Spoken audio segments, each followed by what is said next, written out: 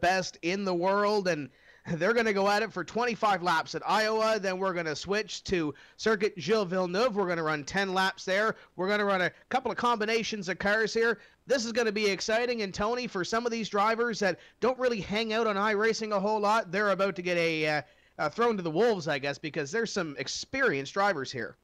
There really are, Tim, and that's one of the things that's going to make this so fun. You got guys that are on here, I don't want to say all the time, but a lot. Guys like Scott Speed, for instance, Timmy Hill that are on here a bunch. And you got guys that maybe don't quite spend as much time on iRacing as somebody else. So there's going to be a little bit of time to adapt to these cars. But one thing that makes every single one of these competitors a championship driver is this. They're very quick to adapt to their surroundings. They can figure out these race cars very quickly. And when you look down through practice so far, yeah, we're running the B car, the NASCAR Nationwide Series style car here at Iowa. But look at the board. Yeah, Scott Speed's on top, but not by much. And you got Ryan Truex, Timmy Hill, Nick Tandy, Philip Eng from Germany, who's a road racer, is 5th quickest. Shane Van Gisbergen, the defending champion of the iRacing Pro Race of Champions. Tommy Milner, Alex Gurney, Pietro Fittipaldi, Igor Sushko. You got an entire list of champions right there, and even more below them. And already, Joe, within the first, 10 minutes of practice, 5 minutes of practice, we've got a half a second surrounding the entire, or separating the entire field. That just shows you the amount of talent that you're going to see here tonight in the iRacing Pro Race of Champions. Drivers from all different walks of life, all different perspectives, and all different disciplines coming together tonight to challenge each other, to come together head to head to see who really is the best. But more importantly, guys, this is not just about bragging rights. This is not just about coming together to see who really is the best of the best in the world. Tonight's race, the winner will have a substantial donation given to their charity of choice. So it's a lot more just about pride. It's just more than just about testing driver ability on not only the oval track in the B main cars, but and on the road course as well. But tonight also going to be about giving back to the charity of choice for each of these drivers out here tonight. $2,500 for the winner's charity is where that money is going. And last season, it was Shane Van Gisbergen and Chad McCumbee. They tied after the 2 races. They had to go to tiebreakers to determine the winner. And Tony, as you mentioned, Shane Van Gisbergen was the winner. And currently in that practice session, as you mentioned, he's sitting in position number 6. But he's got some strong competition in front of him. And then he's got some drivers out near the back of the field that are looking to surprise. Keep in mind, if you are watching this evening and you know iRacing, you think, 25 laps Iowa Speedway, not a whole lot of time to work, especially when there's no cautions. So you have to avoid anything that happens in front of you. Qualifying, going to be big here this evening, because if you don't qualify up front, you have to dodge everything that happens in front of you. Yeah, you're exactly right, Tim. It's going to be imperative that you have a solid qualifying lap, and really you're going to have to knock off about 25 qualifying laps to win this race. We've documented how the entire field is separated by simply half a second, with Global Rallycross star and former Formula One star Scott Speed on top of the charts, Ryan Truex still in second, and Timmy Hill in third. They've got the experience to know what it takes to make a qualifying lap on an oval. Some of these guys that aren't used to oval racing may not, so that might be a big disadvantage for them. They might be able to put the fast lap up in practice, but come time for it to actually matter, it might be a different story, and then it's go hard or go home. And we all know from years past, Tim, just how important these first few laps in the race are, and for that matter, the first race itself is. Yeah, qualifying really key, and you look at some of these drivers that are on here each of the almost every night. You mentioned, Tony, there are some drivers that don't use iRacing as much as some others. Some just use it for this race and as a driving tool to learn those new racetracks, learn the little nuances, learn where that billboard is, or learn where that little bump is in that there as well. I see Parker Kligerman is in here. We got Bobby Labonte, 2 NASCAR Sprint Cup Series drivers. You mentioned Scott Speed's in here. We got some drivers that are on the road racing side as well that are likely going to excel when we go to Gilles Villeneuve here in a few moments' time. Then you got some guys that are oval guys that are going to excel at the oval. And then you got guys that are on iRacing all the time. Shane comes to mind. Scott Speed is really good at both disciplines as well. Timmy Hill, Ryan Truex spend a lot of time on here. Those guys, it shows they're at the top of the board. But the one thing you mentioned as well, Tony, it's so close. There's a half second between Scott Speed's 22.53 in practice and Trevor Hopwood at the bottom of the list at 23.05. Yeah, it's a very, very tight field, Tim, and you add Parker Kligerman into the mix, that's just one more fierce competitor in the mix that you're going to have to deal with. And yeah, you talk about Shane Van Gisbergen, somebody that's used to V8 supercars, for instance, somebody that's used to a very road racing focused type of race car. However, the good news for him, they're heavy race cars, so they are kind of similar to one of these B cars or a NASCAR Nationwide Series car. So he might, and of course with his experience in this, like you said, he's going to have an advantage over some of these other drivers. But it's going to be very interesting to see how everybody can adapt to the different type of cars, the different type of racing that they are not used to. One of the names I think you need to keep in mind and keep an eye on tonight, he's 11th on the chart right now, Pietro Fittipaldi. He's a former NASCAR Wheel and All-American Series driver. Yes, you heard it right. Pietro won a couple of the big races at the Hickory Motor Speedway a couple of years ago, driving for Leaf Balk Racing. Really opened some doors for him. He's got a lot of people looking at him, and Pietro had to actually make the choice. Do I want to go oval track racing and pursue a NASCAR career, or do I want to pursue the family career, so to speak, and stay in open wheel and road racing? Well, he's moved to England. He's pursuing the open wheel and the road racing part of it now. But if Pietro Fittipaldi wanted to, I'm pretty sure he can come back to full vintage stock car racing. So Pietro might be somebody to keep an eye on tonight as well. Pietro Fittipaldi, as you said, Tony, he's got that family pedigree behind him, the grandson of two-time Formula One world champion Emerson Fittipaldi, and he's got that experience, he's got that ability. He's a driver that could very easily be a threat to win both these races out here tonight, but there's a lot of other drivers. You know, the NASCAR guys have to run the road courses and the oval courses all throughout the year, plus there's the IndyCar guys as well, like Peter Dempsey from the Indy Light Series. He might be a threat as well. Those guys have to, again, run both kind of tracks, the road track and the oval track. And with those two disciplines that they've got to take, that experience, they are absolutely a threat to be in this race. But in order to finish first you must finish, which will be a challenge here at Iowa. And there has been some drivers that have been practicing this combination, and also the combination we're coming up with the McLaren MP4 at the Circuit Gilles Villeneuve coming up. These drivers, Tony, have been practicing frequently here. I've seen Peter Dempsey, I've seen Timmy Hill, I've seen a few others on the iRacing service in hosted sessions be able to practice with some other drivers as well that are on the iRacing service, maybe picking up some pointers from the community as they were trying to practice and pick up some time. And it's shown Peter Dempsey's 8th on the board right now in the 22 car. So you think he picked something up from some of the members of the community doing some practice?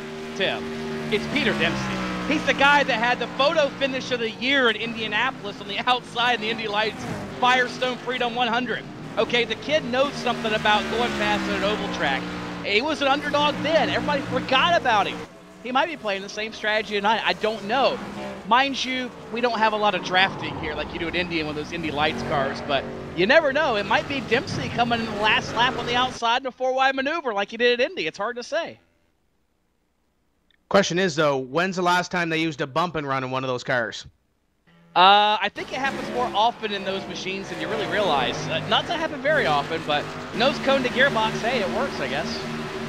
Yeah, I think we're going to see some of that here when we go green, especially in that 25 laps. There's going to be, especially if you qualify near the back of the field, there's going to be that sense of urgency to try to get towards the front of the field. You see the 77 car on the screen, that's Parker Kligerman, and he's using the bumper on the 11 by the looks of it there as the 11 of Matthew Halliday goes up the racetrack, and Kligerman, a late entry, Tony, into this one as he was last year, but on racing as the 11, and I believe that may have been Shane Van Gisbergen behind them go for a ride in corner number 1. Yeah, I didn't see who that was. It looked like you said Matthew Halliday and maybe Van Gisbergen. Didn't exactly see it, but yes, Parker is a very, very adamant force here on iRacing whenever he decides to run. It's not very often, but you know what? Whenever he decides to actually pick up the wheel and race, Parker's the guy to beat, and we'll find out how quick he can adapt to these cars with virtually no practice compared to everybody else.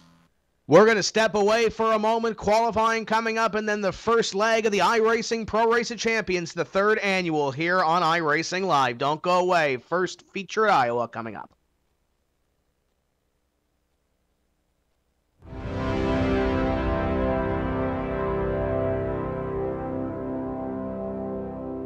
Race fans, it's time for those most famous words in motorsports. Drivers, start your engines!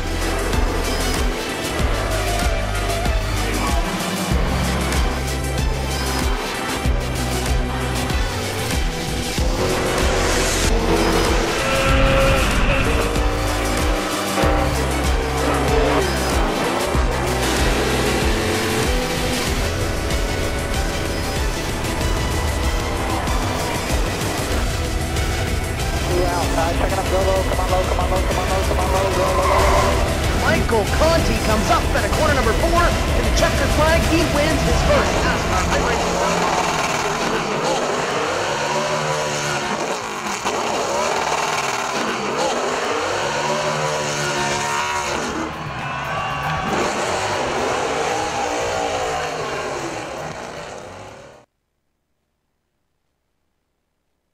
Welcome back to the third annual iRacing Pro Race of Champions. Qualifying underway for the first feature of the evening, the Class B nationwide NASCAR at Iowa Speedway. Coming up, we will have the McLaren at Circuit Gilles Villeneuve in just a few moments' time. A little bit of oval, a little bit of road, and Tony, these drivers putting up the times on the board and some pretty quick times at that. Scott Speed currently at the top with a 22.60. And looking on back through the field, it looks like there may be a couple of those drivers there that are failing a little bit, I guess, at their goal to get near the front of this field.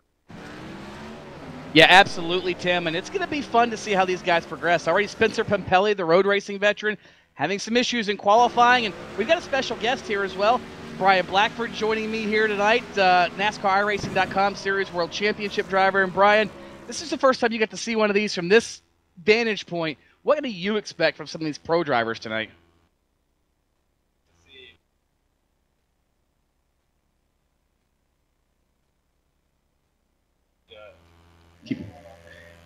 Some of these pro drivers, they're going to have a little trouble, especially the road guys. They're going to have to adapt really quickly to this oval, so it'll take some time for them to get warmed up, but eventually we'll get around just fine. And Tim, I think Philip Ang, among others, doing pretty good here in this oval thing so far.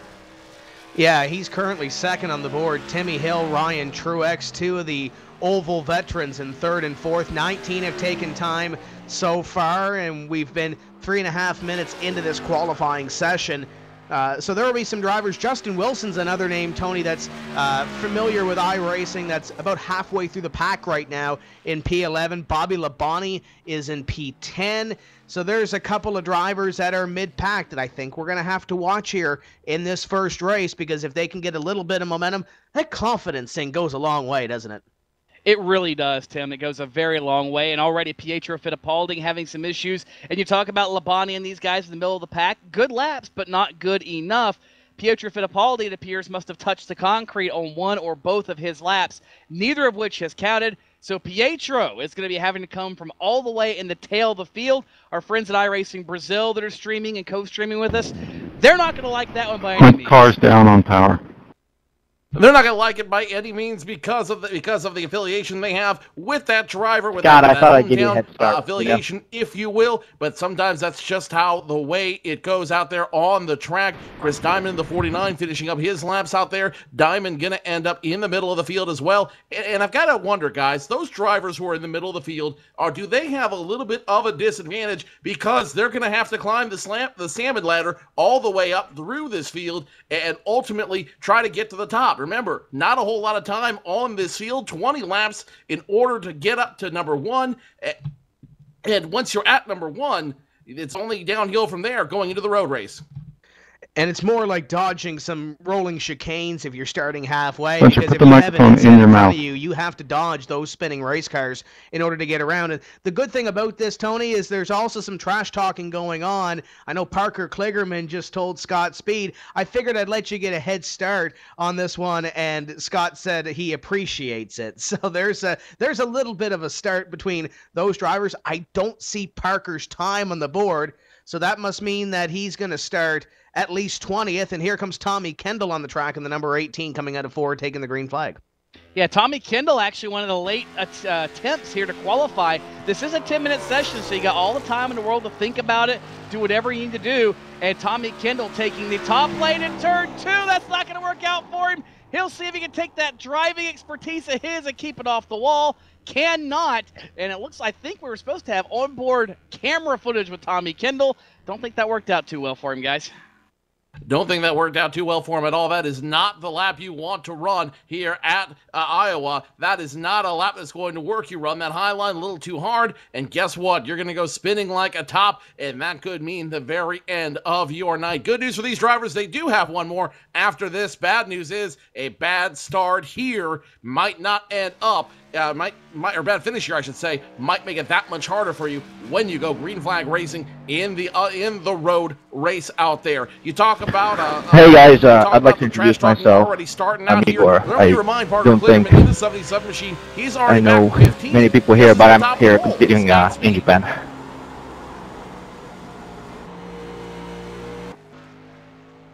Hey Igor, does this microphone work?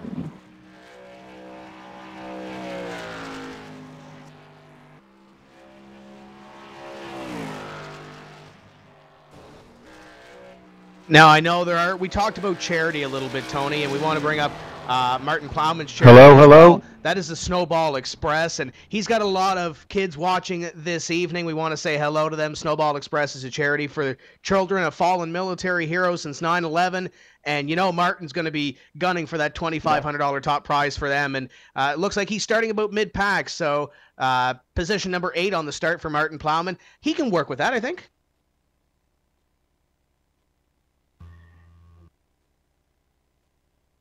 I would say he could probably work with that out there, but again, 20 laps doesn't give you a whole lot of time to work on the track. Once you're out there, once it all takes place, you got 20 laps to figure out how you're going to get through those rolling chicanes. As you mentioned, Tim, that's going to make it very, very difficult for each of these drivers to figure out what they have to do. Plus, I think we're going to see a lot of bold moves that you would not normally see on this Iowa Speedway. We have a couple of moments before we take the green flag. We'll step away for a moment, bring you back to the grid. We'll tell you who's starting where, and we'll get 25 laps underway at the Iowa Speedway. Don't go away.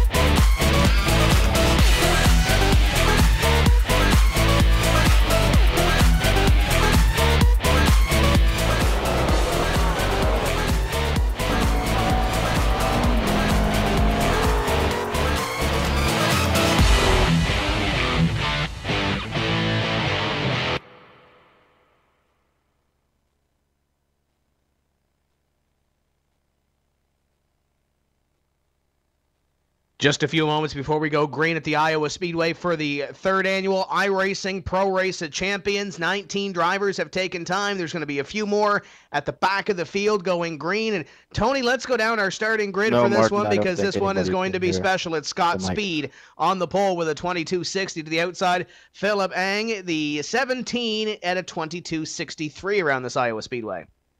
Yeah, Tim, and then Timmy Hill right there, just a couple of thousandths off. He is 3rd quickest at Ryan Truex to his outside in the 56. So surprisingly, a couple of road racing superstars, albeit Speed has some oval experience on the top 2, and then you come up with a couple of oval track specialists, Timmy Hill and Ryan Truex.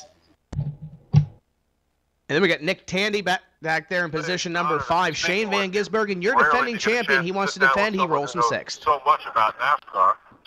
Seventh spot's going to be the Alex Gurney machine. Martin Plowman with that big contingent cheering him on. He'll be rolling off 8th. In 9th.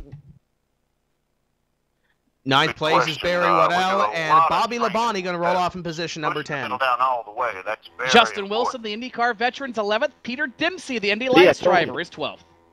Behind them, it's going to be Peter Dempsey starting 13th in the 22 machine. Behind them, Gustavo Yackerman will start in the next position. And completing that row, you have Chris Diamond in the 49. Next row, you have Trevor Hopwood in the 21, and Matthew Halliday rolls off from the outside of row number 8. Matt Plum and Igor Susko make up row number 9. Spencer Pompelli rolls off from position number 19, and Parker Kligerman, first driver to take a provisional back there in 20. I'm not sure what that strategy is, Tony, but I guess he knows better than I do.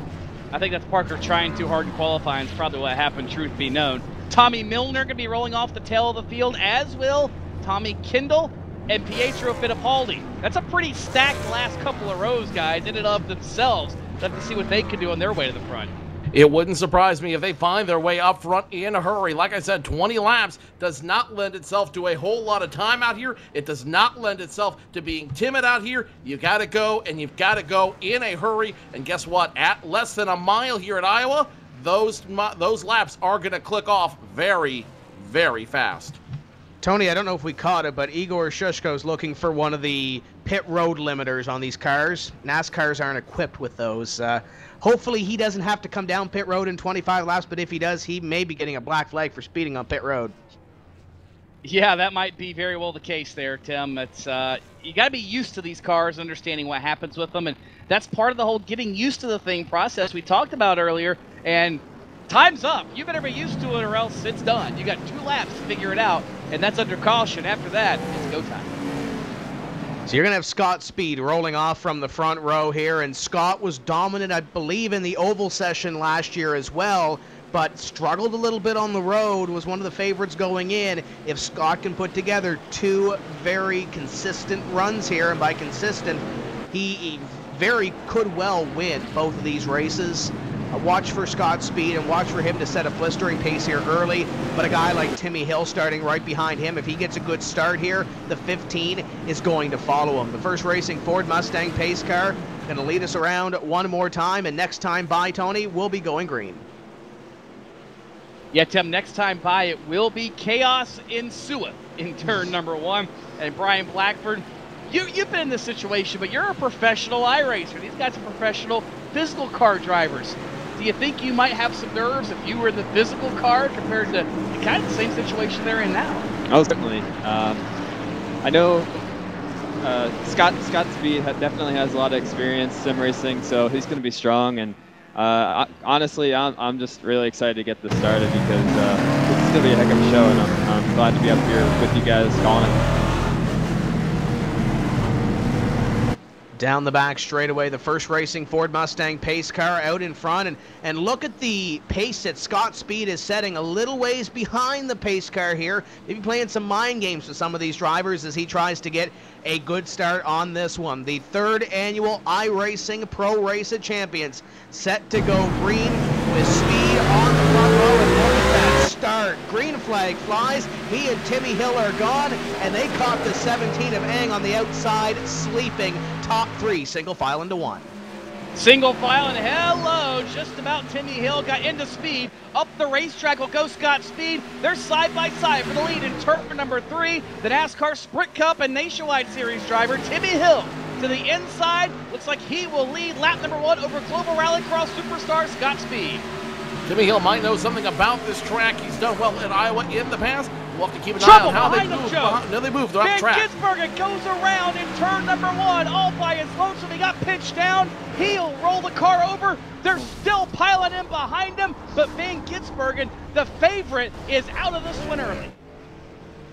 And you look back to Scott Speed now. He is under fire from the 17 as we have a battle for second ensuing. Timmy Hill is beginning to pull away. We now have the 17 and 56 side by side. Ryan Truex trying to make a name for himself here as he looks after the 17.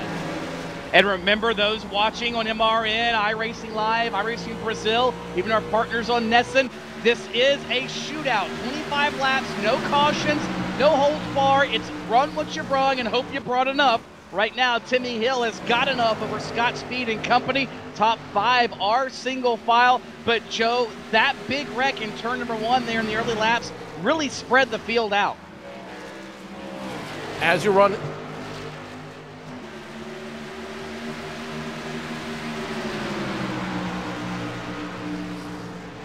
More trouble on the track right now as Hill continues to build on his lead, and the more drivers out there, the more problems that are caused on this track, the better it is for Timmy Hill. And the reason I say that is because they have to fight behind him. They have to fight that much harder to try to catch him. Timmy Hill, can anybody beat him, continuing to lead?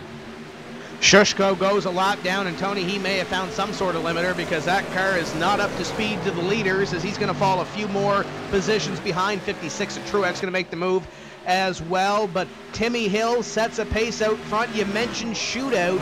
These guys know how to race these cars as the 17 looks at the 1 for position number 2. Philip Eng not going to make the move out of 4.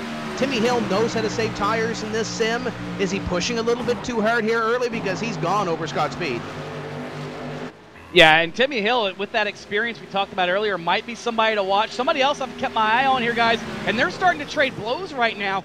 Parker Kligerman and Bobby Labonte back in the field. Remember, Parker started back shotgun on the field about, what, 20th, 21st spot? He is up to 11th already, and now he's trying to work his way by Matthew Halliday. They're just absolutely changing lanes left and right. Bobby Labonte's got a great view of that one, I should say, but Parker Kligerman is starting to be a little impatient, Joe, and finally he'll get underneath the Halliday, and it looks like he'll have the preferred lane in turn 3 this time.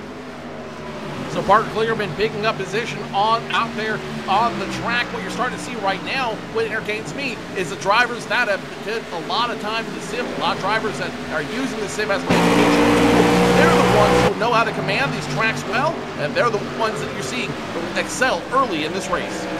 So much excitement on this racetrack, guys. The 10 of Tommy Milner pushed Bobby Labonte out of line. You see the 56 in your screen of Ryan Truex being passed by Nick Tandy. This is your battle for 4th, as trying to get past at least, because Tandy looked like he had a run there, Tony, but now he has to fall back into line behind Truex, and Truex looks a little bit loose in the middle of the corner. The 8 car trying to pick up a position. Here he goes now to the inside on the 56. We're side by side, and the 8 slides the rear end out going into corner number 3.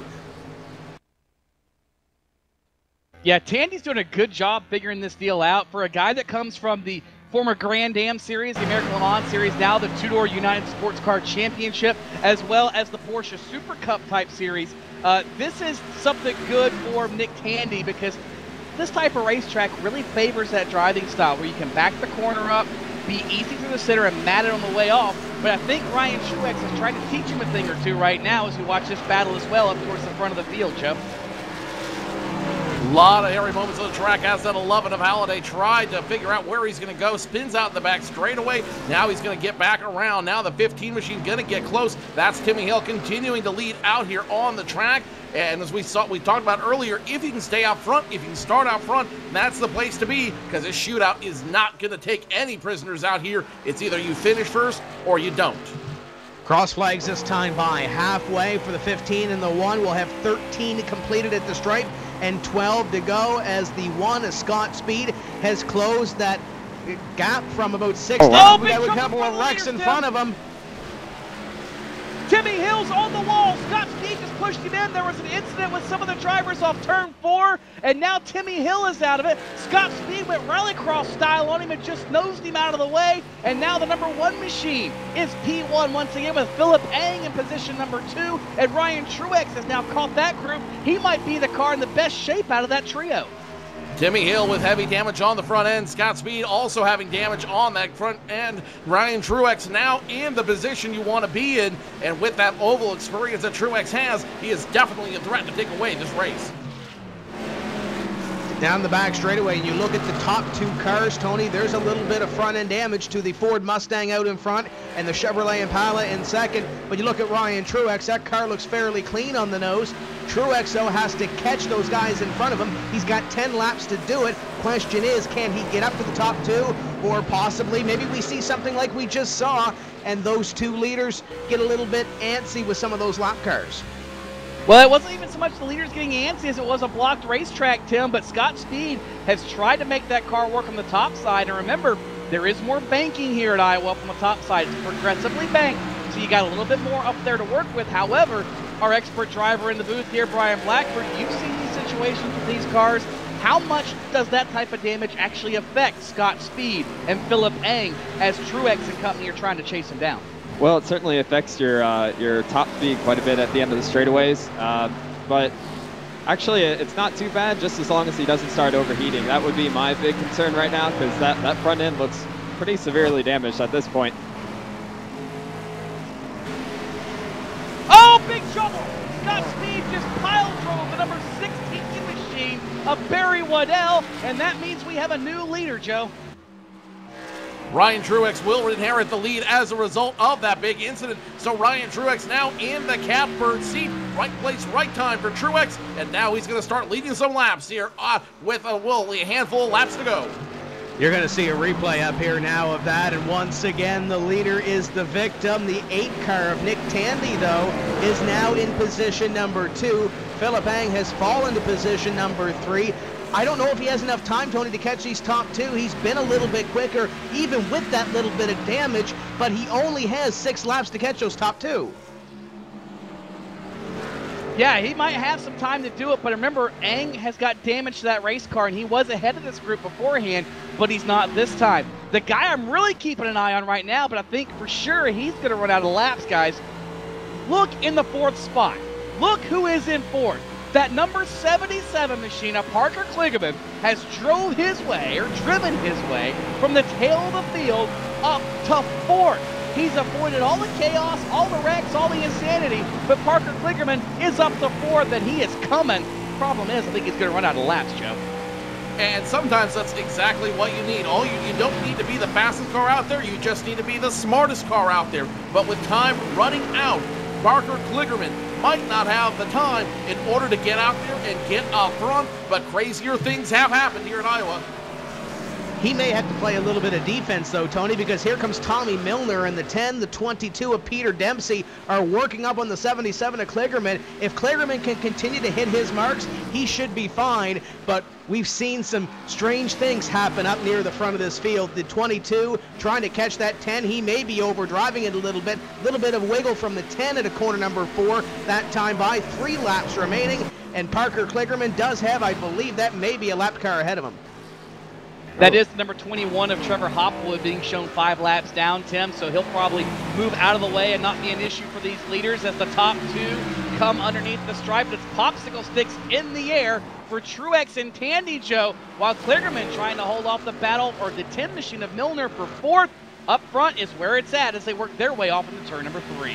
Truex could very easily steal this race, but the number 8 of Tandy wants to pick it up as well. He wants to try to make something work for him. Nick Tandy, one of the drivers out here that is definitely capable of winning this race.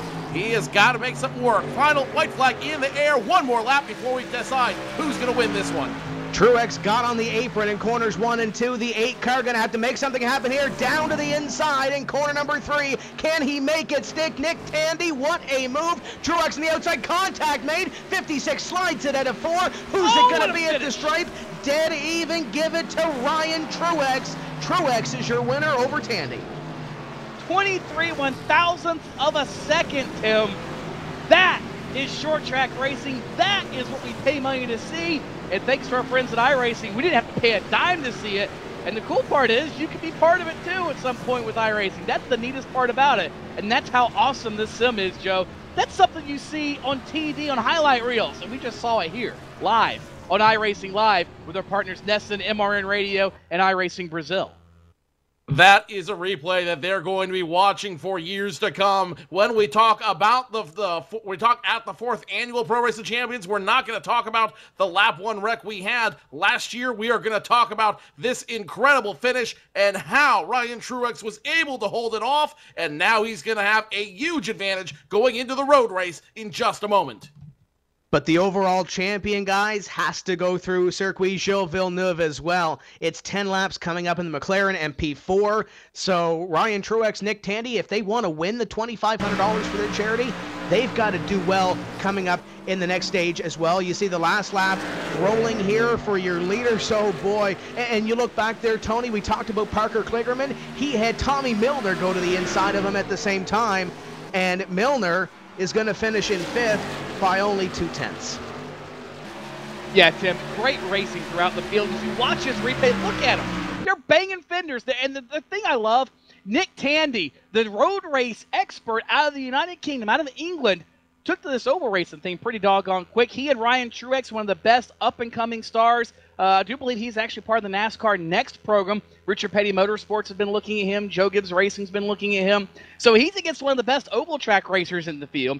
And Tandy figured it out pretty quick. But what I loved, Joe, when you watch that, we all expected a bonsai, a dive bomb, or something. No. There was a lot of mutual respect between those guys. But they had no problems using the car up without crashing each other. And it made for a heck of a finish. We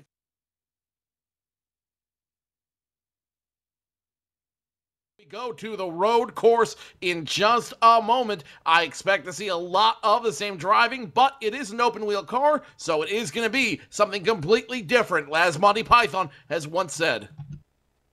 Your top 10 after round number 1 at the Iowa Speedway in the 3rd annual iRacing Pro Race of Champions. It's 23 thousandths of a second between Ryan Truex and Nick Tandy at the stripe. It's Philip Eng finishing in 3rd, Parker Kligerman, Tommy Milner, top 5. Peter Dempsey, Gustavo Jakoman in 7th, Matt Plum in 8th, Matthew Halliday in 9th. Those were your drivers in the lead lap. Timmy Hill finishes in 10th. We'll go through the rest of the field in just a few moments' time. We have to set up now to go to Circuit Gilles Villeneuve. 10 laps coming up. We will crown a champion in the 3rd annual iRacing Pro Race of Champions after this. Don't go away.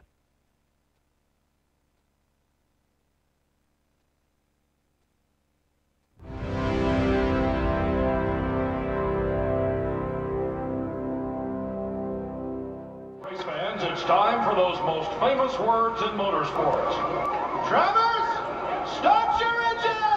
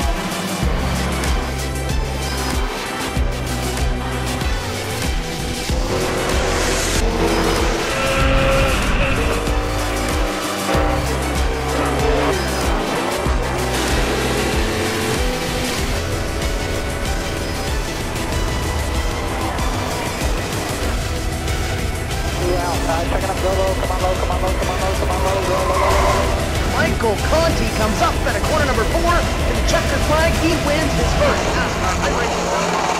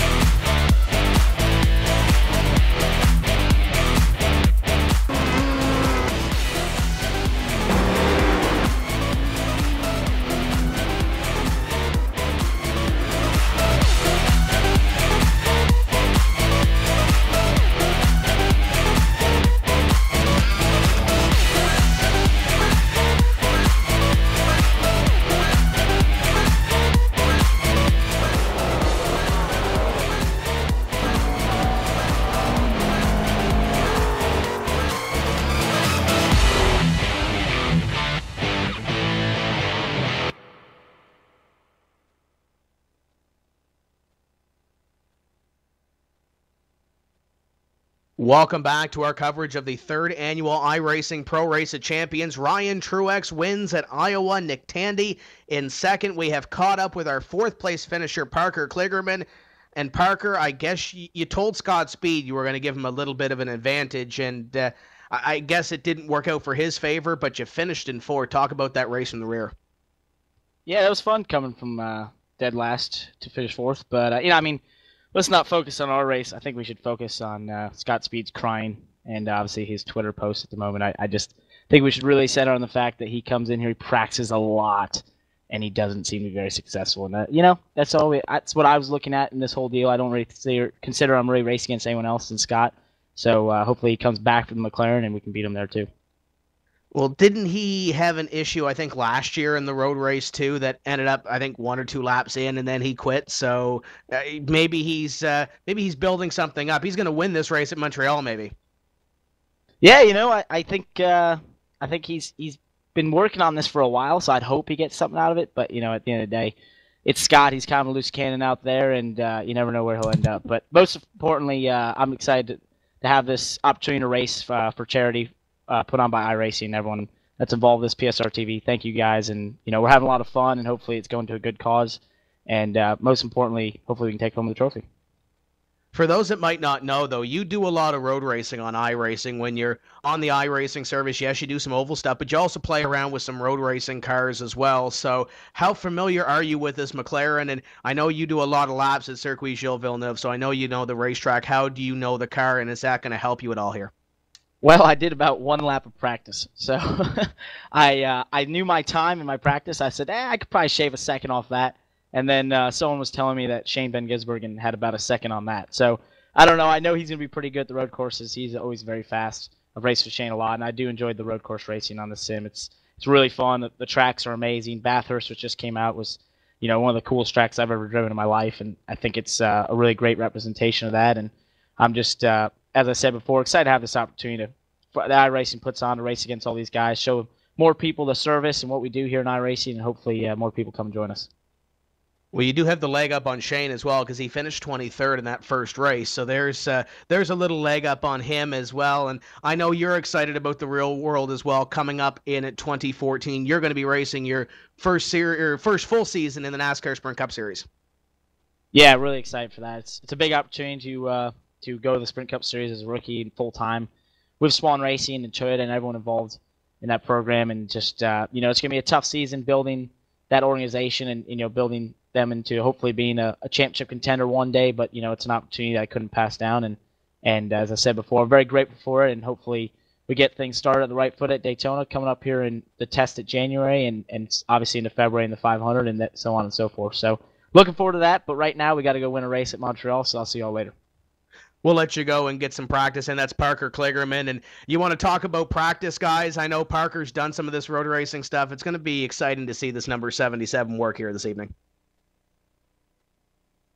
Yeah, it really is going to be fun, to say the least, Tim, because we know Parker has got a background in road racing as it is from before he even got into ARCA and, of course, the Truck Series, the Nationwide, and now the Sprint Cup Series. So Parker knows what he's doing behind the wheel, and like you heard him say, he's on iRacing a bunch, although I guess 1 lap at Circuit Gilles Villeneuve may or may not exactly work according to plan. So we'll find out just how good he is. But I think now is where you're going to see a lot of these guys really have to bring out their A game, Tim, because this is a racetrack that even though it's 10 laps and it doesn't sound like a long time, Brian Blackford, I think this 10-lap shootout at Circuit Gilles Villeneuve is a lot longer than most people think. It certainly is. It's a very long lap here at this track, and I expect Parker to do pretty well, actually, going back to what you were talking about earlier. Parker and Byron Daly actually do a lot of road course racing. I see Parker do more road courses than I do oval nowadays on iRacing, so it'll be interesting to see where he qualifies and how he does.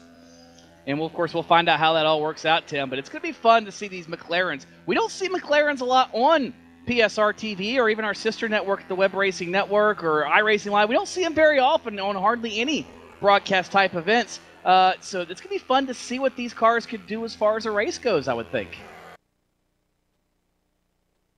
These cars should be a blast. It's a completely different shape. It's a completely different motor, and it's a completely different style of racing driving these McLaren cars. I mistook them earlier and said they were open wheel. They are not. They're a closed wheel car. Where the heck was my head at? But these cars should make for very dynamic racing. These cars should make for some very entertaining racing because they're a completely different car. They're a completely different shape and style, and they handle a whole lot differently than those Nationwide cars you saw just a moment ago here on PSRTV and across the iRacing Live network. So this should be a very entertaining race, and I've almost got to feel that the guys who run these style of cars often, the American Le Mans, the Le Mans drivers, the V8 supercar drivers, I've got a feeling they're going to have a slight advantage when we go racing here in Montreal. So just a few moments away from going racing, and as you mentioned, these guys have to hit all of their marks. They cannot afford to dip a wheel off the racetrack. They have to make sure that everything is perfect. They cannot afford one off because, Tony, if they do, they are digging themselves out of a huge hole, and especially if you did not do well in the first race, you're racing for your charity, you can't afford a mistake. No, you're exactly right, Tim. You really cannot afford a mistake at all, and Alex Gurney can tell you about that. In fact, he had a couple of those situations this year driving for the Gainsco team in the what was the Rolex Grand Am Series and now the two-door United Sports Car Championship, where he had one of the best on his bumper for a third of the race. And Scott Pruitt, I think back to Kansas Speedway, where he just outdrove Scott Pruitt mano a mano. It was something to see, and Pruitt finished second to Alex Gurney. Gurney is going to be the guy that I think right now everybody's chasing. He's top of the board, albeit not by much, but he's top of the board here at Circuit Gilles Villeneuve, and that's always, like we talked about earlier, Joe, a big confidence booster to come into a race and in practice be the guy on top of the board. Not a whole lot of oval guys on top of the board right now. As one of my mentors has told me more time and time again, it doesn't have to add up. It just has to be right. And for some of these drivers, that's all it's going to be tonight. You don't have to be on top of the board by a tenth of a second. You don't have to be on the board by a whole second or a minute. All you have to do is once or twice a year, or even less than that. You're going to have to learn the driving abilities, driving styles of some of these other drivers, and it could get exciting fairly quickly when we go in and we take the green lights. It really could, Tim. When you talk about turn one, and really this racetrack, as far as racetracks go, very, very technical. A lot of heavy braking zones, a lot of places you got to make sure your line's perfect. But that also means there's a lot of passing opportunities. You can outbrake a guy getting into the hairpins. You can outbrake a guy getting into turn one or turn two, whatever the case is. That's the really cool part about the circuit here in Montreal, is it is a racer's racetrack as far as that's concerned. But, yeah, you said it. You got to know where the guy's going to hit the brakes. You got to be able to anticipate what's going to happen. The only plus side of this is some of these guys are used to this because they race road racing professionally. They're used to brake lights, braking points, so on and so forth. The guys that are used to the, taxi cabs, they are used to brake lights, so they might be the ones causing the havoc in turn one.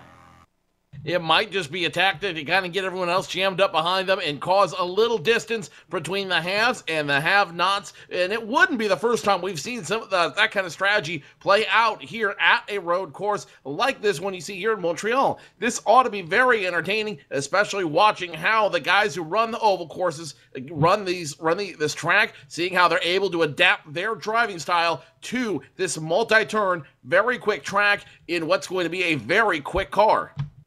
Now, wait, well, hold on. Never mind. This is done.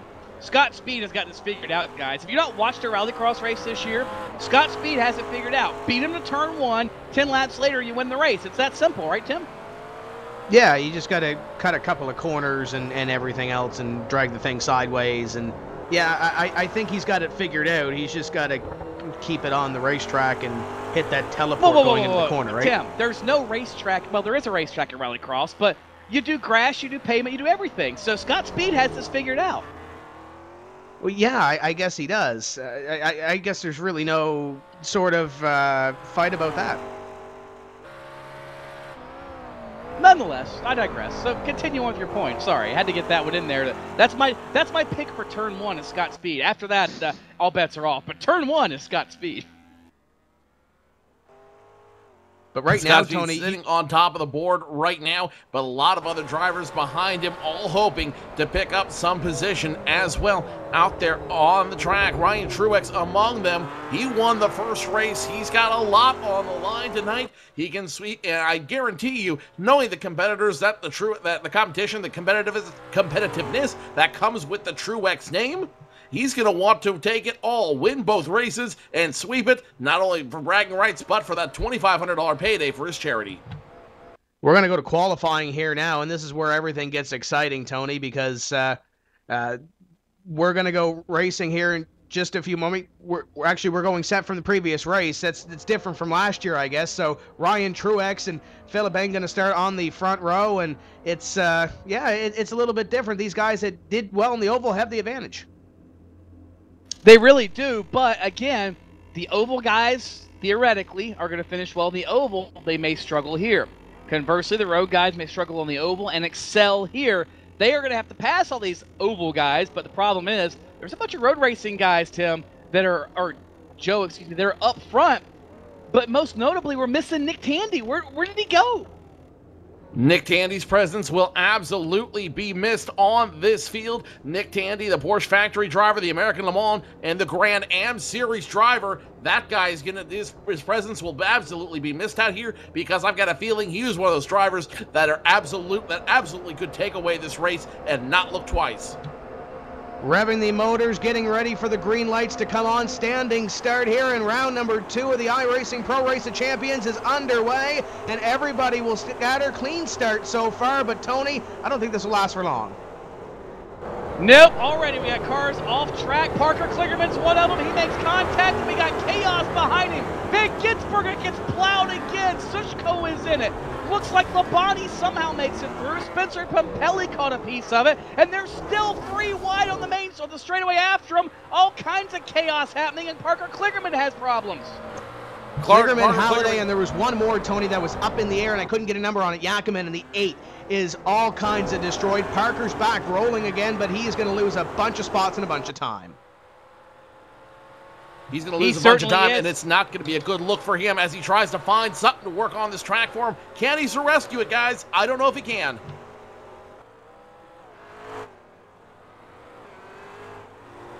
So Ryan Truex is going to emerge the victor out of all that chaos. He's got a large gap over the Indy Lights veteran Peter Dempsey. And third spot now, Tommy Milner, Chris Diamond, and Matthew Halliday, the top 5. Things already starting to settle out, and Martin Plowman, who's got that big contingent cheering for him, he is in the 6th spot right now with Timmy Hill, Alex Gurney. Well, never mind. Alex Gurney just got spun out of that 7th spot, Joe, as the hairpin here at Circuit Gilles Villeneuve, always a point of contention, it seems like. As we saw in the All-Star race, iRacing All-Star race earlier this year, that hairpin is definitely a point of contention. That could be the place where you pass or get past. And lap number 1 will be completed here this time for Ryan Truex. And keep in mind, and Fittipaldi scored as your leader, but Ryan Truex, looking at him right now with Nick Tandy not here, Tony, that gives him a little bit of an advantage. And Patrick Dempsey goes by Ryan Truex up front, Tim. Or check, that's the battle for second. My apologies. Philip Ang is out in front of everybody. He's so far out in front. Never mind. I thought he's in Quebec. Well, wait, they are in Quebec. I thought he was in Ontario somewhere. We missed all that in the start. We certainly missed a little bit of that, as you guys have, and we now have several cars going down pit road, including Bobby Labonte on pit road, Igor Shishko also down on pit road. Those guys in big trouble. Their night might be, for all intents and purposes, be done unless they can find a way to get back on track and catch up with this group once again. Truex under fire for position number 3 right now. Just behind him, it's Tommy Milner, Chris Diamond trying to get in the slipstream and try to make a move on Truex for position number 3. And Tommy Milner was real quick at the end of that oval session. Here he goes underneath Truex, side by side, little contact there as Truex going to maintain the spot, but Milner, he's going at it here, Tony. I think Milner's not going to be too happy about that. It almost looked like Truex kind of turned down into him. If nothing else, he at least pitched him. Milner contact with Diamond, and that just about did not end well as they come into the chicane here before they hit the main straightaway. Looks like on the binders, Truex might be under fire once again. And Truex hard on the wall as Truex And as well, the Diamond Machine around all of that, it's going to be Peter Dempsey somehow getting through it. And Ryan Truex, it looks like, might have eliminated himself out of that equation as well. Truex again around one more time. That car in the wall hard, and that might be the end of Ryan Truex's run at the top. The king is dead. Long live the new king. And it could be any one of those drivers up front battling for a position. Any one of them still having a chance to win this race. Peter Dempsey is now looking at the car in front of him, and I believe that's Spencer Pumpelly, who just went a lap down. So that will put a little bit of distance in between the two. It's about 6 seconds between your top two right now, Philip Eng. And that's the most important thing, Tony, because if he can continue on, set sail, not only is he going to win this race with everybody else from the oval race near the back of the field, he may very well win the $2,500 for his charity for the iRacing Pro Race Champions. I'm pretty sure he will, Tim, because that will require Martin Truex. Ryan Truex to finish second to have a tie. But I don't see that happening anytime soon. So, assuming Philip Eng can keep it between the walls and between the lines, this is his race to lose, and really his charity's race to lose, because an average finish of 1.5 is pretty doggone sporty, and that certainly, I would say, is very impressive for a guy that has mostly road racing background to do that well on the oval, and then of course come here to somewhere he's very comfortable, Joe, and end up dominating. We're 3 laps into the race and he's got a 6-second lead. I don't think that's a surprise. Not a surprise at all. You've got to remember that Philip Eng is incredibly comfortable on these tracks. He is the Porsche Carrera Cup driver from Österreich, if you will. So Philip Eng feeling incredibly comfortable, incredibly confident in this car, and all he has to do is keep it up front, and Philip Eng could end up walking away with a big payday for his charity. He just has to keep it clean the rest of the race. I know we got a replay there of Martin Plowman as well, getting into the fence.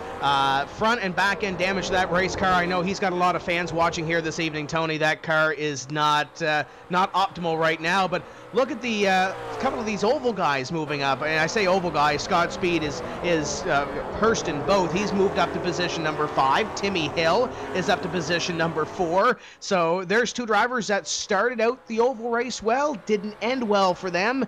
Had some lap down cars and getting into contact and all that fun stuff, but now they're up to 4th and 5th. Maybe they're trying to flex their muscle on the other side. They're really, I think, very impressive. And as much as Scott Speed you want to say is impressive, let's face it, it's really not impressive. And I don't mean that in a bad way, like the trash talking like Parker Kligerman, but Scott does everything. He's run stock cars, he's run Formula 1, he runs global rallycross, he'll run anything with 4 wheels. So Scott Speed's very well versed in all kinds of racing disciplines. But Timmy Hill, I think, is the real surprise of that group, Joe. A guy that's versed in Allison Legacy cars, NASCAR trucks, and NASCAR Nationwide Series cars, is running 4th at Circuit Gilles Villeneuve as Philip Eng goes by Parker Kligerman. Timmy Hill is a real good story here in the first half of this second race. And I think one advantage that Timmy Hill has over the rest of this group is he does spend a lot of time in this iRacing sim. He is a member of a couple different leagues here in iRacing, so he's very comfortable with how this sim works. He's very comfortable with how the cars run, and I think he's very comfortable with the concept of sim racing in general, because you know it just as well as I do, guys, it's a whole kind of different style of racing when you're racing in the car as opposed to racing in the sim. You see Timmy Hill lose 1 spot there to Scott Speed, and keep in mind, guys, this is about 20 seconds or so behind your leader, Philip Eng, and he is gone. Peter Dempsey, the last time by the stripe, was 6 seconds back. Tommy Milner was 8 seconds back. So this is Philip Eng's race to lose, but keep in mind, Tony, we saw in that oval race, a couple of lap cars had an altercation in front of the leaders, not once, not twice, a couple times that it happened in front of the leaders. The leaders got taken out of that winning spot. So Philip is hoping that everybody in front of him stays out of the way, essentially, and he can come home clean with this win. Certainly can change from the 4th spot. Scott Speed has gotten by Timmy Hill. I think he might have had to use a little muscle to do it, but it doesn't matter. Scott Speed's ahead of Timmy Hill right now, so Speed moving his way forward. And yes, Tim, you're exactly right. All it takes is one mess up on the part of Philip Eng, and maybe even not him as much as a lap car. But the other thing, Joe, is the fact that this is a much bigger racetrack. You got a lot more room to deal with lap traffic and a lot more runoff area and a lot more predictability with lap traffic, unlike the Iowa Speedway. So the chances of that happening with Philip Eng aren't as high, but it still very well could happen.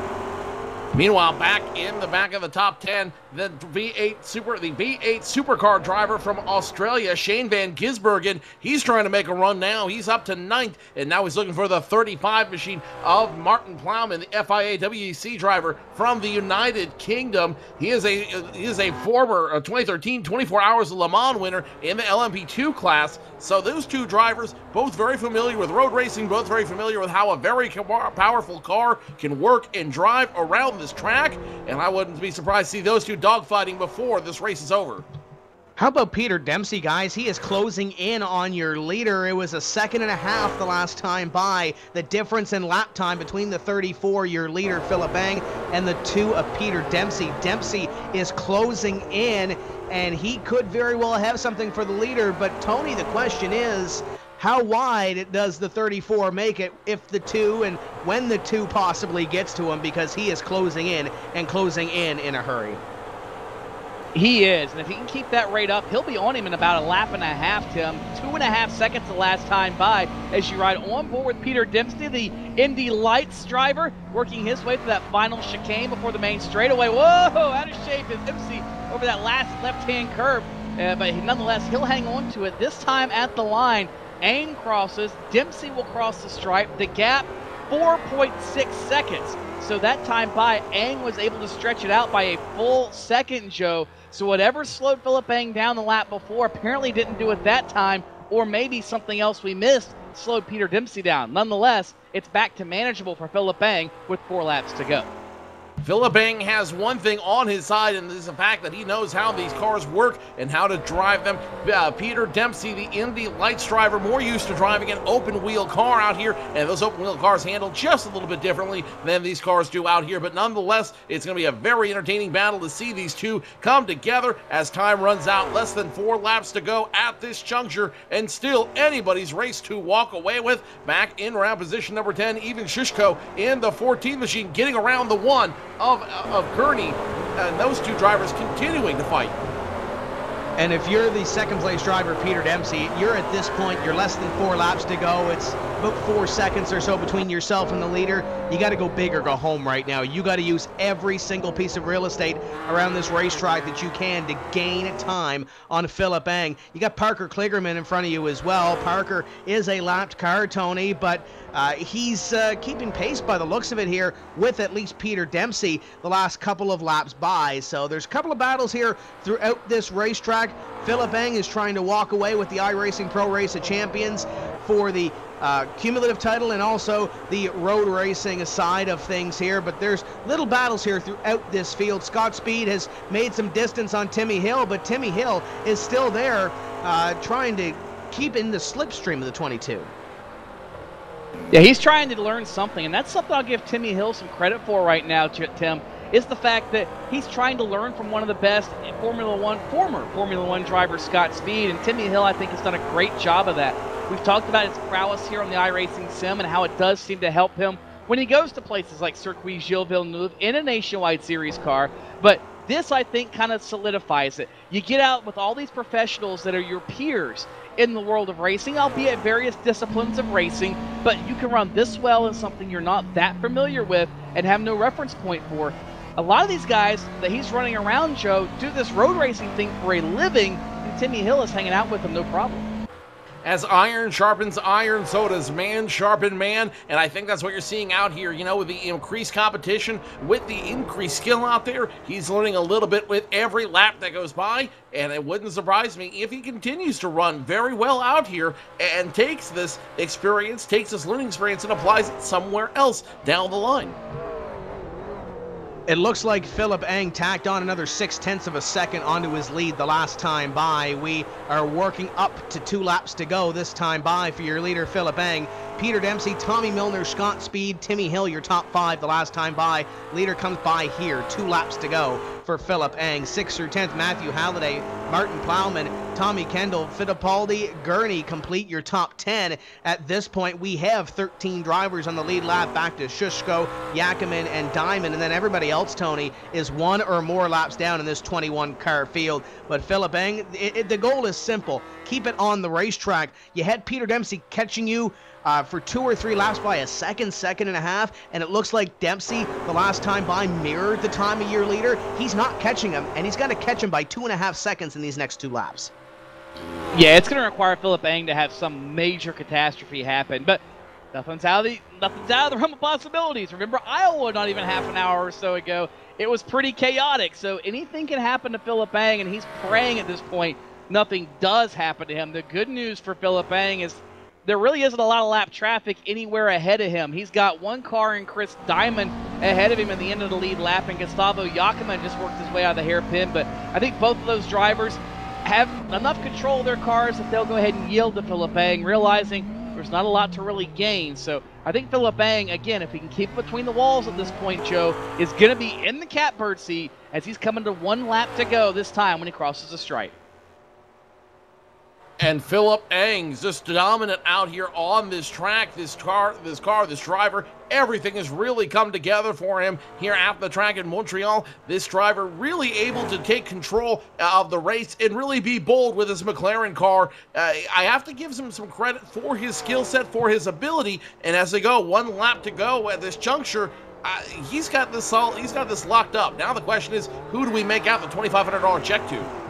And it's going to be Philip Eng unless something happens here dramatically in this last lap or so. And just to add insult to injury a little bit, Tony, it was another 0.4 of a second that Philip Eng tacked on that time by over Peter Dempsey. Tommy Milner all by himself. Scott Speed, he's got 2 seconds now on Timmy Hill. He's starting to pull away there as Philip Eng on this final lap. Yeah, Eng again working through the racetrack, couple of the left-right sections that pretty much characterize this Circuit Gilles Villeneuve, but Eng seems to negotiate them with no problem whatsoever, and it is a stroll in the park, no pun intended, since that's pretty much what this is here on the island in Montreal, is a park. So it's a stroll in the park for Philip Eng, and again, looks like if he can keep between the walls, he will be just fine, and it'll be interesting to see what he thought of this event, Joe, being that he's a road racing guy. He did fine in that discipline, but very impressive on the oval as well. Would love to hear his take on both and on the iRacing sim in whole. You know, we talk a lot about the iRacing sim being a training ground and a proving ground for a lot of these drivers. It wouldn't surprise me if a lot of these drivers credit their seat time here to success both on the track and ultimately here. Coming to the flag, Peter Eng gonna walk away with the win here in Montreal.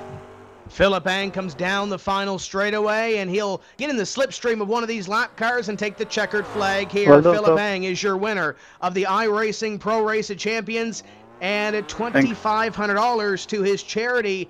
A great run in the oval, takes the win at Circuit Gilles Villeneuve. Peter Dempsey going to come home in position number 2 on the road side of things, with Tommy Milner coming home in 3rd, I believe. Scott Speed, though, was right there at the line, Tony. Not sure if you caught it, but there was 0.2 of a second there at the stripe. Yeah, that was. I mean, Scott Speed did a heck of a job. Now, Milner, I think, had some issues in that last lap, Tim. He was about 9 seconds or so behind the leader coming to the white in the 2 laps to go, but Milner, I think, had some sort of off at some point, and nonetheless, he still managed to bring home a 3rd place spot, but Scott Speed was breathing down his neck at the stripe, and I guess sometimes close is better than not at all, but Milner just barely hung on to that one. Like I said, it doesn't have to make sense, or doesn't have to add up, it just has to make sense, and in this case, it did make sense for a lot of drivers. If nothing else, you saw a very entertaining race with a lot of drivers, and you see just how all those disciplines come together, no matter what it is, with 4 wheels on it. These guys able to pilot it, able to put on a very entertaining show here in the iRacing Sim. Talk about a little bit of trash talking at the end of it here, and Tony, a little bit of bumper cars at the end of it. Alex Gurney and Trevor Hopwood getting into it. I believe Tommy Kendall may have got a little bit of piece of that as well as he came out of the final corner. And these guys going down to the stripe, there's no give in some of these drivers. It doesn't matter if they were racing for the win or they're racing all the way back for about 13th or 14th place. These drivers, each one of them, they put on a show tonight. We want to thank them all for coming out this evening, for putting on the show for charity and putting on a show for themselves. A lot of trash talking going on as well. I haven't seen Twitter in a little while, Tony, but I'm pretty sure it's lighting up. It's lighting up. The chat's lighting up. Twitter's lighting up. The voice chat on here is lighting up. These guys had a ball. They had a heck of a time. And yes, a big thank you to each and every one of them for coming out. Their charities thank them for participating as well. You know, they each have big groups, and really we didn't get a chance to talk about really very many of them at all. I know Philip Ang's going to get a chance to talk about his charity that he was racing for tonight, which was the Christi. I'm probably going to butcher this despite my German training, but the Christian Herzog Stiftung charity was who Philip Ang was racing for, and he can tell us some more about it a little bit later. Of course, we talked about Martin Plowman, the Snowball Express, and so many others that these guys are all racing for. But certainly, Joe, our gratitude goes out to them for joining us here tonight, because we had fun, they had fun. Everybody's a winner in this one. I don't think, despite the results, there are no losers in this one. It was a great time and a great cause all around. You know, Tony, I often talk about the sim racing community having one of the biggest hearts and one of the biggest communities anywhere you can find online. These guys did not disappoint, taking some time out from their busy lives, from their very busy events, to come and race with us and show just the strength of this iRacing sim and how it really is an incredible group. The racing community there's no bigger community that has a heart as big as the racing community. And I don't know about you guys, but I am incredibly appreciative that these drivers each took the time to come out and have a little fun with us. And I see Matt Halliday has joined us as well. And Matt, let's talk about that road race. I know it's started off with a little bit of excitement. I know there was a little bit of 3 wide in that first lap.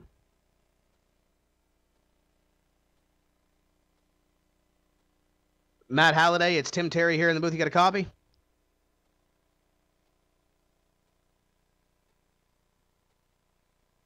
And I know we're still trying to push all these right buttons here to get on the air, but Tony, there was some exciting racing going on here, especially in those first couple laps, and we hit the nail on the head at the start of it. You have to maneuver through those first couple of laps. Parker Kligerman doing a lot of trash talking at the start of the race, and, well, he did not fare very well in those first couple corners. No, he really didn't, Tim, but you know what? Again, it's all about the fun, and sometimes those things might come back to bite him. I think Scott Speed laid the can out for Parker Kligerman, and I think Scott Speed has every right to trash talk Mr. Kligerman now after that one. Let's see if we can't catch up now with Matt Halliday, and let's talk about this road race. Pretty exciting race at Circuit Gilles Villeneuve, wasn't it? Yeah, it was good. I mean, we were quick, obviously, in the practice session, but, you know, the car got used like a pinball machine. It's quite funny. It's not too similar to real life, but it's a lot of fun. It's really a hell of a good time to race with so many different people from all over the place, you know. Now, I know there was a lot of trash talking going on a little bit earlier. Parker Kligerman was one of those doing a little bit of trash talking, and I believe you may have got a little bit of contact with him earlier in the first couple laps of the race. Any sort of message we can send on to him?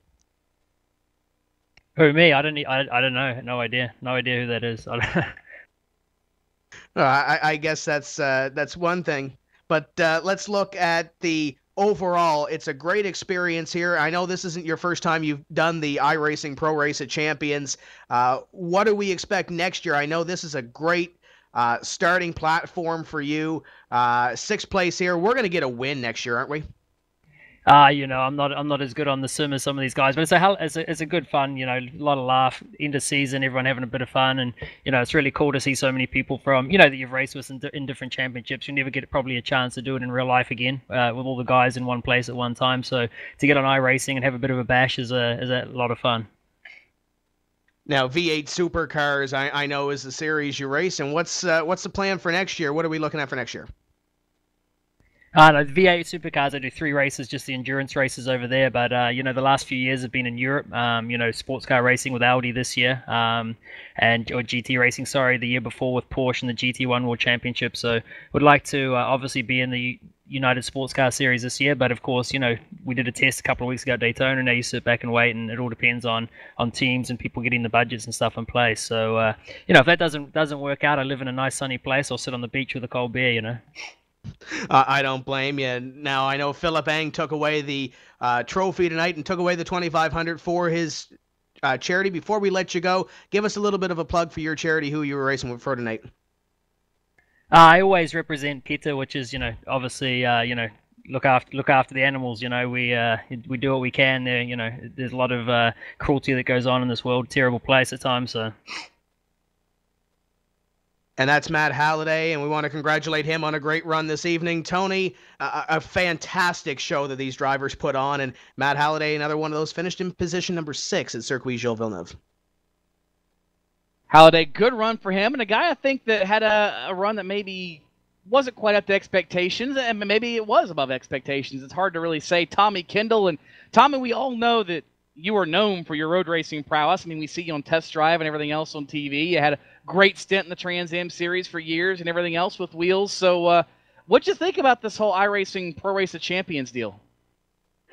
Well, it reminds me what it's like to be a rookie again. When I did it a couple years ago, I said, okay, listen, I need to get better at this. Well, I did get in for one practice session last week. I got to thank the guys at CXC Simulations.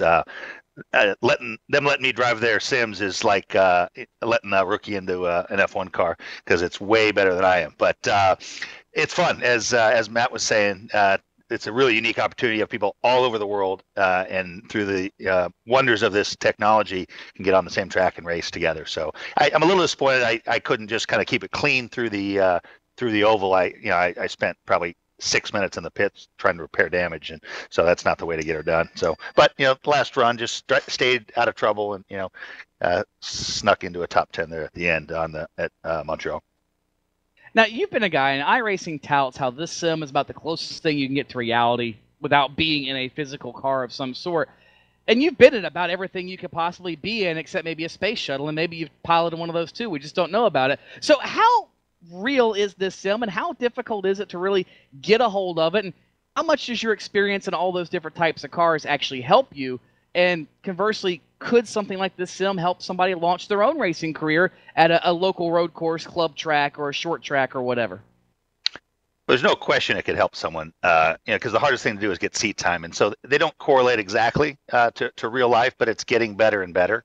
They'll have a new tire model or a new aero model that they load in, and we've dealt with the same thing on our simulator for the Viper program, and so it's one of these things. Eventually they'll get it, so it's very, very close. It's reasonably close now. Certain aspects of it, like the visual part, is perfect, but simulating threshold braking, some of those things are hard to do, and but every time I drive it, it gets better, and it is absolutely something that should complement, and it would shorten the learning curve. That I did that GT Academy race series years ago, and to see those guys that hadn't done any real time in real cars, but were some of the best gamers in the world, they got better way quicker than they would if they didn't have the sim experience. So it's certainly something that there's no excuse if you say you want to be racing to not be spending some time on iRacing. It's hard to take someone seriously that isn't learning tracks and doing that kind of stuff. I think there's a lot of people that agree with you, Tommy. Obviously, you didn't end up getting the check for your charity of choice, but tell us a little bit about who you were racing for tonight, and what they mean to you, and how you got hooked up with them. Well, I was racing for the Austin Hatcher Foundation, and they're pretty closely aligned with the American Law Series, and now going forward with the Tudor United Sports Car Series. And Austin Hatcher was a young boy that sadly died of cancer 7 years ago, and his family started this foundation. And there's lots of phenomenal treatment going on, but what Austin Hatcher does, they kind of provide support for the entire family as well, because it's obviously not quite as hard on them as it is on the child going through it, but your whole world's turned upside down. And and so they support these families that have had their world turned upside down in a lot of different ways. And so they're big race fans, the Osbornes, the parents of Austin, and so we have auctions at every race and to try to support them, and they're an integral part of it. And so I'm sorry that I couldn't to race a little better for them, but we'll give it another shot, and they'll keep raising money in the other ways for them. Well, you're going to be coming back next year trying to raise some money for them and having a ball with us? Yeah, and like I said, every time I do this, I say I need to get better at that before next year, because the sims, they're similar, but there's also like my teammate Kuno Whitmer. You need to invite him next year, because on that sim that we use for the Viper, he is unbelievable. So I suspect he would be a real force in this race as well. But I aim to chip away at it, get better, come back next year. Well, we look forward to having Tommy Kendall, his teammates, and anybody else he can drag along with him to try to compete, because it's always fun to have the best of the best in the iRacing Pro Race of Champions. I think, Joe Cortez, you've caught up with a guy that has experienced the front of the field. Well, actually, check that. Joe or Ian won, nonetheless, has caught up with Philip Eng, the winner at the Circuit Gilles Villeneuve.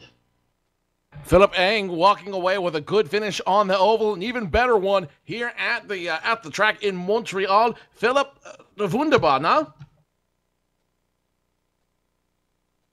Philip Eng, Joe Cortez, you got to cut me, buddy?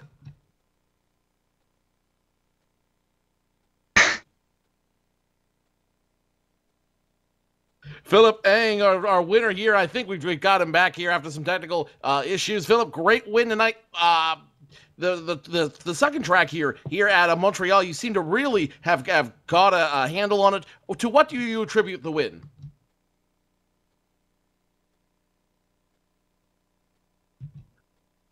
Well, it looks like we have some technical issues out there. Philip Eng not able to join us. We might try to grab him on a little bit later on, but it wouldn't be the first time something quite like that has happened here. Philip Eng, your big winner, and walking away with a $2,500 check for charity, guys. And hey, Joe, right I thought you were doing the Clint Eastwood interview with the empty chair there for a minute. It felt like that, except it was in a completely different language that I'm sort of rudimentary in. I need to catch up before Oktoberfest next year. Well, at least you got a little bit of time to brush up on that German. Looking down here at the unofficial standings, Philip Eng, your winner. They went by the point system. I believe it's 1 point per position, so 4 on back. Tommy Milner, Peter Dempsey tied for second place, but Tony, in the past, it's been top 3 get something for their charity. It was winner take all this evening. Philip Eng taking away the win on that one. Timmy Hill and Matthew Halliday unofficially tied for 4th, but as we mentioned before, it's not who finishes 2nd, 3rd, 4th. There's a little bit of bragging rights, though. I believe, where did Parker Kligerman finish? 7th. Scott Speed finished 12th. I'm pretty sure the Twitter war is going to be going on there as well, that Scott Speed had to start at the rear of the field in the road race, and he worked his way up to 4th. Yeah, he really had a great run. And I think if it was not for the incident on the oval, that Scott Speed might be one of the guys we were talking to as a possible contender to win the whole thing. That bad finish at the oval set him up for a really bad start in the road course, but he did a great job slicing his way through the field, really on both accounts. So, Scott Speed might be another threat for next year. We talked about how he's driven a little bit of everything there is to drive, and proving once again that he is a talent. Still, despite, being all over the place, Scott Speed has not forgotten how to drive any type of race car. Scott Speed certainly is not. And the fun thing about the iRacing sim is you don't have to show up with a sponsor. You don't have to show up with money. You don't have to show up with a whole lot of anything. All you have to do is come in, grab a wheel, and have a lot of fun, which means we should have a very deep and talented field for next year as well.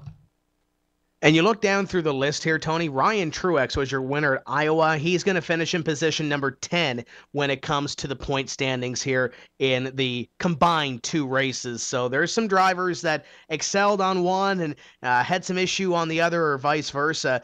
But we have the overall winner, Philip Eng, coming away with the $2,500 to his charity. And I know Joe's over there trying to pull some strings, but I believe Joe Cortez has caught up with our 4th place finisher here this evening overall. And a great run at Circuit Gilles Villeneuve, Joe, for Timmy Hill, finishes in 5th. Timmy Hill finishing fourth overall in the field here tonight. And Timmy, great run on both tracks. You've run a lot here in iRacing. Do you think that gave you a little bit of an advantage on all the other drivers here tonight, knowing how the sim runs and how it works for you? Yeah, I think so. I'm on here a lot, and I got a ton of iRacing experience, and I thought that'd be in my favor for tonight's races. The first race went really well at the start of it, I guess. Took an early lead, and I thought Scott Speed and I were going to have a great race to the checker flag. Unfortunately, with these short races, we got no caution, so it's a bit of an edge whether you check up for a wreck or try to drive through it. The track was blocked when I checked up for the original wreck, and Scott was just doing all he could to compete for the win as well. So in the oval race, we collided, and I ended up on my lid, which wasn't what I wanted. So I just tried to rally back as much as I could in the road course race in Montreal, and was able to come home with a 5th place finish. So all in all, it was a fun night. It's great racing with some of these guys out here, and it's great to be on the service. You guys did a great job broadcasting the race tonight, and I appreciate you guys doing that. Let's start by talking about the oval race real quick. Definitely a tiger's cage, if you will, running all those cars out there with no caution flag, 20 laps to go. You've got to be bold, and you've just got to take everything you can out there and leave nothing on the table. Yeah, you sure do. You just it's so tough. Like I said, the track was blocked, so you really got to just hope for the best. And unfortunately, Scott Speed and I got together. But yeah, it's only a 25-lap race, so it's you got to do a lot of give and take. And when there's a wreck, you just it's a bit of a bind because you just don't know what to do. I just got the raw end of the deal tonight, but you live and learn. And all in all, it's still fun, and it's great to be able to do that. Now, on the road course, if my memory serves me correctly, you do have a little bit of road background in you as well. Did that help you at all in the second race, or was it just a matter of knowing the sim and knowing how the car is going to react and making that work for you? How much of each of those experiences made it work out for you? Yeah, I've been to Montreal twice in the Nationwide Series, and it's a great track. It's a ton of fun. And definitely that helped out. I knew a lot of the layout already, and so to be able to do it on iRacing after running a couple races in real life in the Nationwide Series made it a little bit easier, especially driving those heavier cars and coming back to running McLarens on iRacing. It's definitely a lot easier with the braking and just the steering in general. But yeah, definitely a lot of help there, and it definitely gave me a little extra edge. I know a lot of these guys have also raced at Montreal, so they're plenty familiar as well. So you're racing with a lot of guys with a lot of experience, and showed tonight. Now, Timmy, real quick, you were running for charity just as much as everyone else was. Who were you running for tonight? I was running for the Lions Club of La Plata, Maryland. Just trying to give them a good run tonight. Unfortunately, I just came up a little bit short. So maybe next year we try to seal the deal and come home with a overall win. Timmy Hill, I am sure we will see you back here for the Pro Race of Champions in 2014. Yep, I sure hope so. I hope the iRacing guys continue on. This is a great event. Normally great racing. We got spread out a little bit tonight, but all in all, these guys put on a good show. It's great to see all the participation out here, and hopefully iRacing puts on a next show for next year because it's a heck of a lot of fun. That's Timmy Hill finishing in the top 5 in the overall standings in the 2013 iRacing Pro Race of Champions. Great run out here, Timmy. We will look forward to seeing you on the track in 2014 and beyond. All right, thanks, guys. Have a good night. That's Timmy Hill, your 5th place finisher overall tonight. Tony Stevens has finally caught up with our champion, Philip Eng. Got to look at the stats, Joe, and Philip Eng, you started second in both races and had great runs in both events. And I have to ask, which was more challenging, the road portion of this event or the oval portion of this event for you?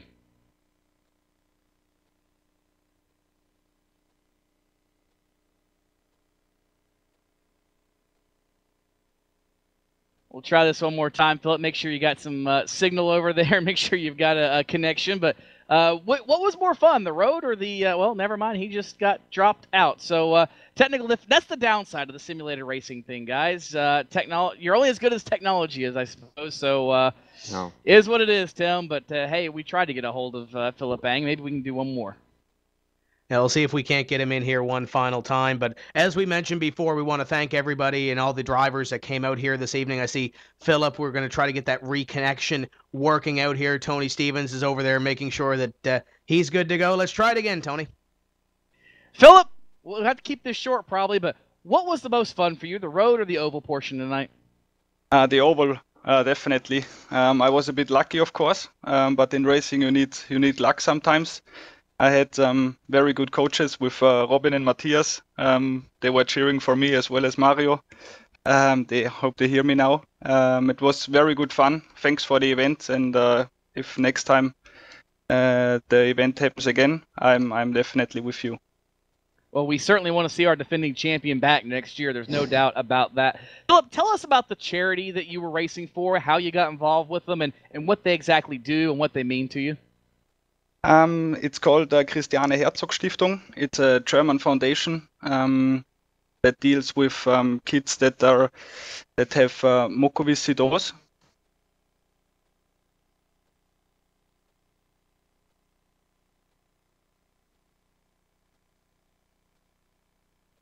And I think we might have dropped Philip again. The connection to Europe a little shaky apparently this evening. But hey, he got his thank yous into his coaches. He got his charity in, and he said he certainly wants to be back next year, guys. So you can't ask for a whole lot more than that. I don't know if the word is correct. There we go. We got Philip back now. The cord is reconnected, Philip. So, yeah, so it looks like we dropped him again there, but nonetheless, great to have Philip Bang, and Philip, congratulations if you can hear us on winning the iRacing Pro Race of Champions. Did a fantastic job, very impressive. Average finish of 1.5. It got the job done. It definitely got the job done, and it was a lot of fun watching these guys make it work out here tonight, having a lot of fun in the iRacing sim. And again, it just shows you just how realistic this sim is and just how workable this sim really is. If a driver can go from driving a real car into the sim almost seamlessly and drive at that same level, it just shows you just how powerful this sim is, and just how much an amateur driver like you and me can learn from the sim and take that out into the real world eventually. Maybe someday. You never know. And we're going to pop up the top 10 on the screen. We talked about it a little bit earlier, Tony, but now we have Philip Eng, Tommy Milner, Peter Dempsey, Timmy Hill, Matthew Halliday. There's your top 5 on your screen. Jakoman, Kligerman, Fittipaldi, Plowman, and Truex, your top 10. Matt Plum, Scott Speed, Chris Diamond, Alex Gurney, Shushko, Labonte, Kendall, Waddell, Hopwood, and Pompelli, Gisbergen, and Tandy complete your field. Justin Wilson's also there at the bottom as well, and I'm sure that's not what Justin Wilson wanted out of his evening, finishing back in position at number 23. So, Tony, we're getting near the end of the evening. Fantastic show that these drivers put on. Third edition of the iRacing Pro Racing Champions. I'd say that's a success. Absolutely, Tim. It's a success for the charities involved with all these drivers. It's a success for iRacing. These drivers have all told us they've, to a T, had a ball, had a great time, and love racing against all these different experts from these various disciplines of racing. So they've had fun as well. And the good news is they didn't tear up any equipment that cost any money in the process.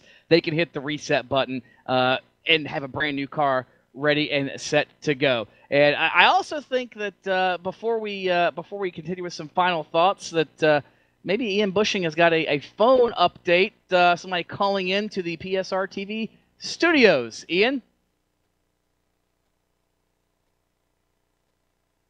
Well, in my ear, it sounds like Martin Plowman had a whole bunch of people around him, is what Ian's telling me. Very, very happy, just absolutely thrilled with everything that happened tonight in the iRacing Pro Race of Champions. Wasn't the result they wanted, but they had a great time in the ball, and that's exactly what it's all about. And he actually wasn't just racing for the Snowball Express, guys. He was racing at the Snowball Express. So we knew he had a bunch of fans and a bunch of people watching, but I don't think any of us expected him to be right around him watching. So maybe that can add a little bit to it next year whenever he does it, and maybe everybody can race their charity of choice. That'd be kind of cool, wouldn't you think, Joe? That would be a lot of fun. I've often said over and over again that the sim racing community has the biggest heart, and when the racing community comes together, they come together in a big way. Tonight, it came together on what is arguably the biggest stage in sim racing. All these drivers all coming together, not only for pride, not only for fun, but also coming together to raise money and raise awareness for their favorite causes. Tonight's race was no exception to that, and what we saw tonight was purely spectacular racing, a lot of fun racing, and it gives us something to whet our appetites for what's going to be an incredible iRacing World Championship year, both in the roads on the F1 side and on the NASCAR side, and what's going to ultimately lead into an excellent 2014 season for each of these drivers. And the 2014 iRacing Pro Race of Champions should be a lot of fun. If this year's any indication, it's only going to get bigger and better from here. And NASCAR iRacing.com Pro Series driver Brian Blackford also joining us throughout the show. And Brian, your final thoughts. You're on the other side of it for this evening. What did you see out of this iRacing Pro Race of Champions? Anything you can take on to Tuesday and try to get that NASCAR iRacing.com Pro Series win?